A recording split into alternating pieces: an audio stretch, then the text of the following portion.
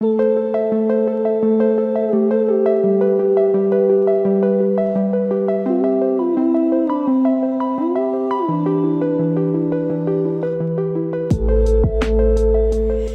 dears!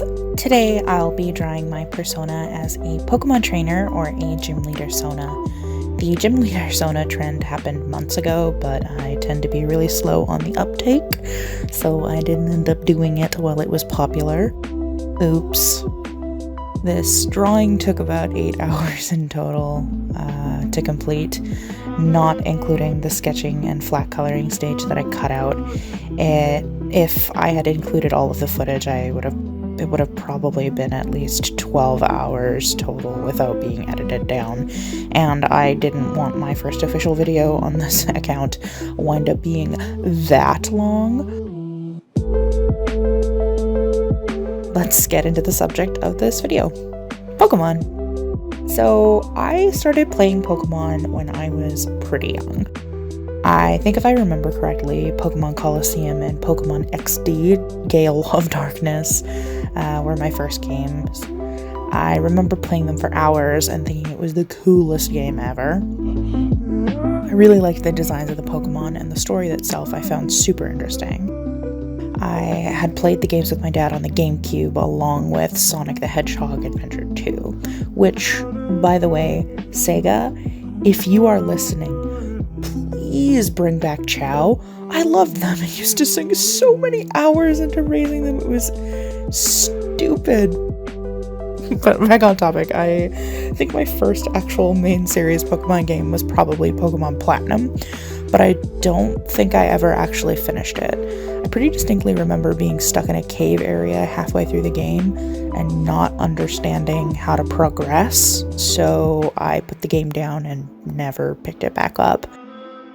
Honestly, I should probably try to play it again. I feel like now with my big adult brain, I could probably figure it out now. The first game I ever played and completed was Pokemon Soul Silver when it came out in 2009. I got it along with a new DSi and some Connect 3 Harvest Moon game when I was about 8 years old.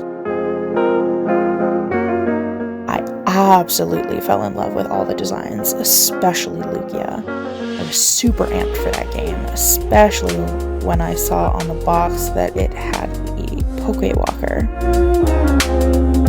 It was so fun and interactive and helped encourage me to exercise, though that was pretty short-lived when I figured out you could just shake the ever-living heck out of it and it would still count. I'd go on long walks with that Pokewalker, and I remember really liking getting gifts from my Pokemon, but unfortunately I didn't really have it for long because I had forgotten it in my pants pocket one day, and my mom hadn't forgotten to check pockets as it happened, and it took a bit of a bath in the wash. I was so devastated when it happened, particularly because it had the red Gyarados I had caught on it, and there was no way to get it back. That was a rough day. But it was a great game, and one that will always stand out as being a happy time for me. In elementary school around that time, I was being bullied for being very angry and aggressive and just strange. I didn't know how to do a social cue, but I would do stuff like bark at classmates, for example. But Soul Silver helped me for a few months because most of my classmates wanted someone to battle and trade with. The franchise really gave me this big sense of peace and protection because of that period, and that just kind of continued throughout my life.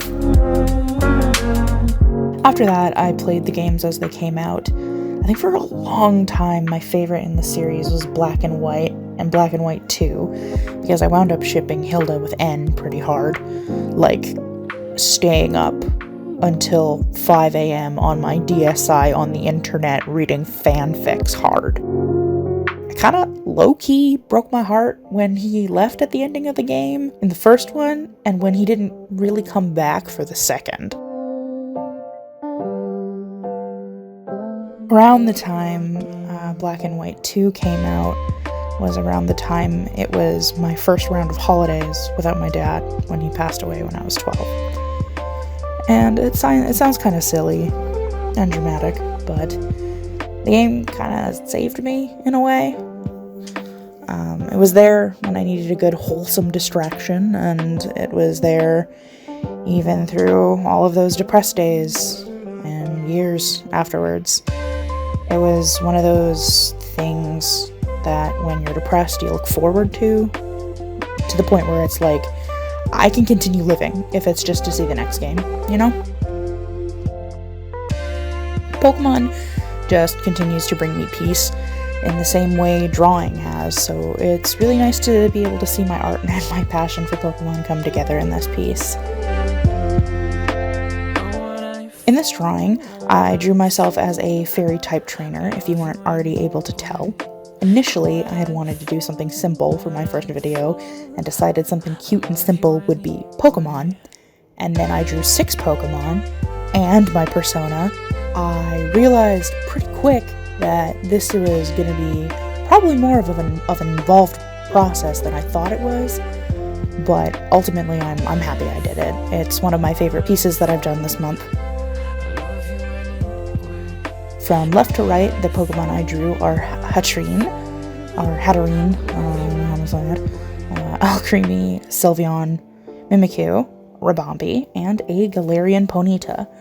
So, I don't know if you picked up on it or not, but fairy types are my favorite type. I was beyond excited when Pokemon X and Y came out and they introduced the new type, especially so when I saw that the game gave Eevee a new evolution in the fairy type. Previously, my favorite Pokemon had been Umbreon, but once I saw Sylveon, it was all over for me. I was completely infatuated and still am to this day. I have at least 2 different Sylveon plushes and a bunch of figurines and patches and stickers. I pretty much collect them, and I'm always on the hunt for more Sylveon content. It's kind of sad that in Canada we can't really get anything from the Pokemon centers, even from the ones in America. So if I want anything Sylveon from a Pokemon center, I have to pay import fees from a store online, or I have to go to an import store in my city, which means it's still more expensive. But hey, I mean, Satin is worth it. Speaking of Satin, I do imagine each member of my team having a nickname. Of course, as you've just heard, Satin is the name that I've given Sylveon since the first one I ever evolved in Pokemon X. Sylveon's feelers are obviously ribbons, so it makes me think of satin ribbons. Plus, it also sounds really soft and cute, so I think thematically it also fits. The rest of the Pokemon on my team I named the following. Hatterene is Celeste, because I thought it was cute and it fit the witchy theme. Alcremie is named Whip with 2 P's, because I like the sound of the p. It's very funny to me. Mimikyu I named Peekaboo, and I'm sure I don't need to explain why. The Ribombee is named Honeysuckle because the flower itself reminds me of bees and it has honey in the name. I know, I'm super creative. And finally, I have my Ponyta named Cupid. Not entirely sure why I named it that, but it also had a super cutesy theme to it, so good enough, I guess. I have had all of these Pokemon in my team at one point or another, and these are all named after those Pokemon. I think as the series goes on, it's getting both better and worse. The designs they can make are so much more detailed and complicated, while at the same time, there's so many designs now that the company is struggling to implement every model and character that there is. That whole Pokegate thing when Sword and Shield came out was so annoying, and I still think it is. I don't think people realize how much goes into making a game, and yeah, the models aren't that great sometimes. I mean, Wingull is a disaster. But there's still so many models they had to make or transfer over. It doesn't bother me too much, but I did definitely enjoy all the memes about the Galarian border control. It was pretty funny. The newest games were fun. I liked the mechanics of Sword, and the music and the score was great. I mean, come on, that track from Toby Fox. Ethereal. But I just didn't feel like it was a super cohesive story, and I didn't find myself loving any of the characters. Except for my own player character and my Pokemon. Hop was pretty cute. I think if I stan anyone from that game, it would probably be Hop. Or Sonia, but Sonia mostly because I like her design. I didn't really feel like I understood her character in the game, personally. I just felt like the story was lacking something. It was lacking depth. I don't know, I'm not sure what that something was, but it just didn't feel like a Pokemon game at times.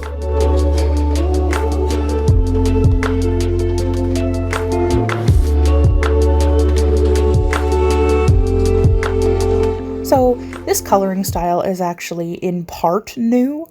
I started doing bright blues in the deepest or the darkest points of the drawing, and then bright yellows on the high points.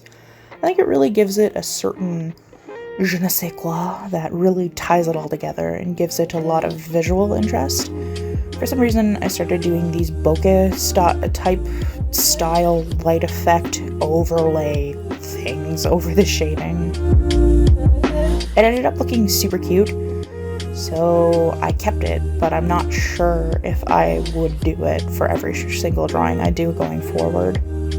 To be completely honest with you, I had just updated Side 2 and the scatter brushes and just went fully ape on the effects. Shading and coloring is my favorite part personally. I think even if you have a weak drawing technically, you can fix it with a lot of some solid coloring.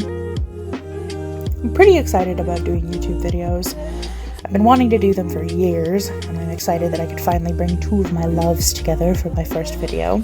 I hope it really helps you understand me and gives you a better idea of who I am and, my art and my channel.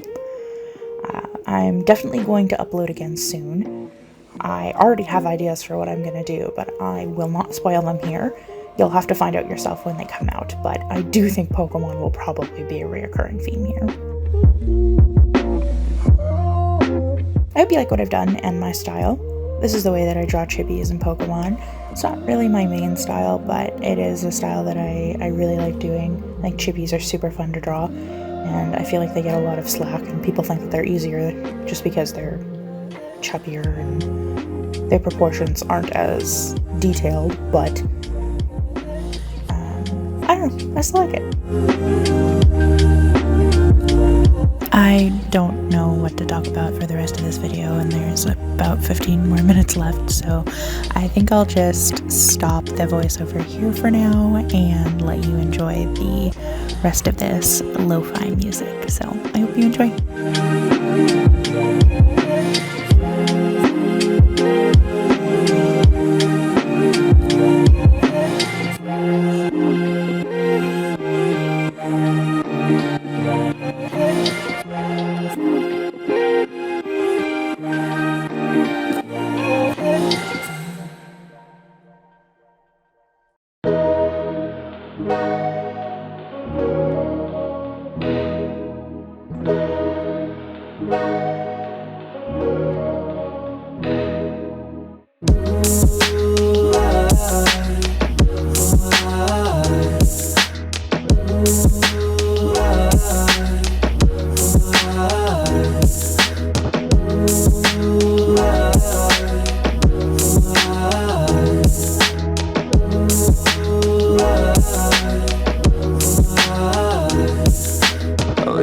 say what's on my mind. I wish I could say what's on my mind. I wish I could say what's on my mind. I wish I could say what's on my mind. Ooh, I,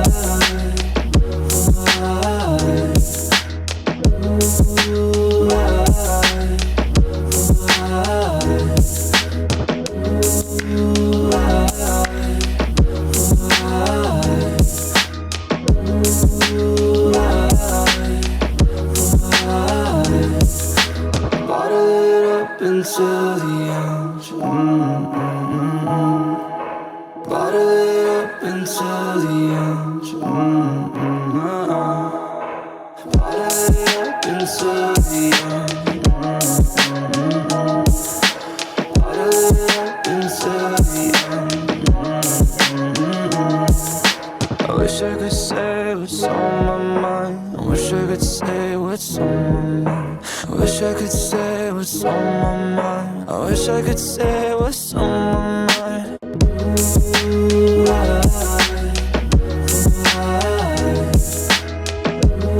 Ooh,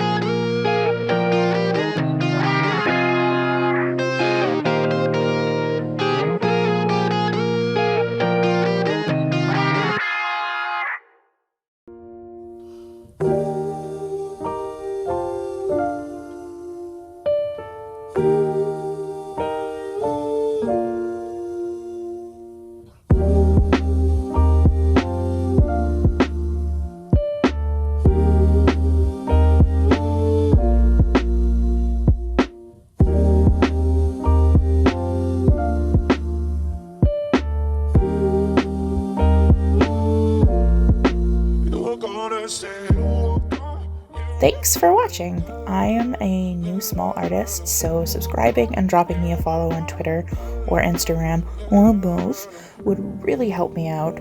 Plus, bonus, you can see more content that I put out. Again, thank you for watching, and I hope you have the sweetest day.